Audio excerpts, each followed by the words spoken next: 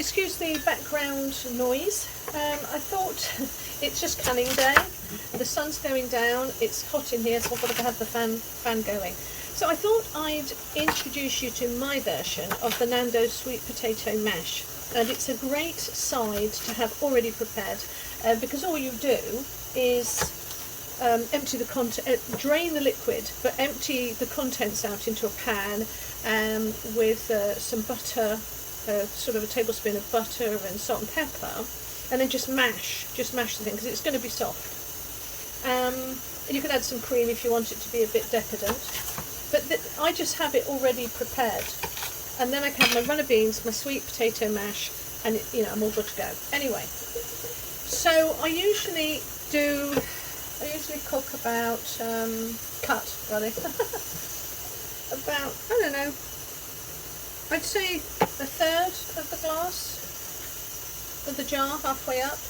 I've got a little bit left over here, so I'm just going to slot them in. And then I'm going to fill it up halfway up with carrots, but where I go, different probably to other people, is I put swede and parsnips in, because I just find that works out really well for taste.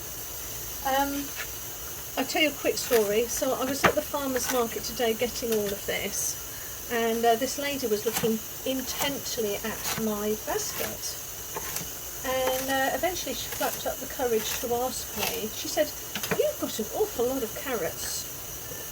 And because I buy in bulk of all the veg, because I'm going to put it in a can, dry it or whatever, it didn't occur to me that it looks odd, because in the UK people literally only buy and it's been like this for generations, people only buy what they need for 1 week. So if people are ill, they've got no food in the house, and somebody has to go round and give them food because I've not been out shopping this week. And we've been like that for such a long time now. And I was talking to a friend about it, and I don't really know where it stems from, because it seems to have been there for a very, very long time. England's quite divided in that it has farmers and then townies. That's what tend to call them, townies. And townies have always had food from the farmers, and so the farmers always had food. And I'm talking about 17th century here. I'm really going back. But the townies, people from London and places like that, they were used to having food on their doorstep. And so I can't even remember when we had the need to prep, if I'm honest. Anyway, so I looked at this lady after she plucked up the courage, and I said, "Oh, no," I said, "it's not actually a lot. I usually buy more than this." And she said, "Have you got a horse?" I was like, no. But I said, I suppose it would look like it. But no, I said, I can it. And she was about 60 or 70 years old, somewhere around there, I like to be kind. And I said, sorry, yes. So she said, no, I hadn't heard of canning. And I said, well, that's why I buy a lot. I buy a lot and I can it. And I said, it's good for several years, And she looked at me like I'd just found the cure for cancer. "Well, where can I find this information out?" she says. And I said, well, to be honest, you just have to put canning carrots, and you'll find out what it's all about, So that's what it's like in the UK. We just don't know about preserving. We never really had to.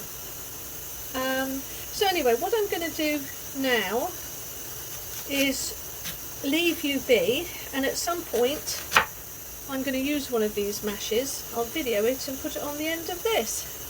Anyway, I love it, and I always make sure I have some of this on my table as a side dish.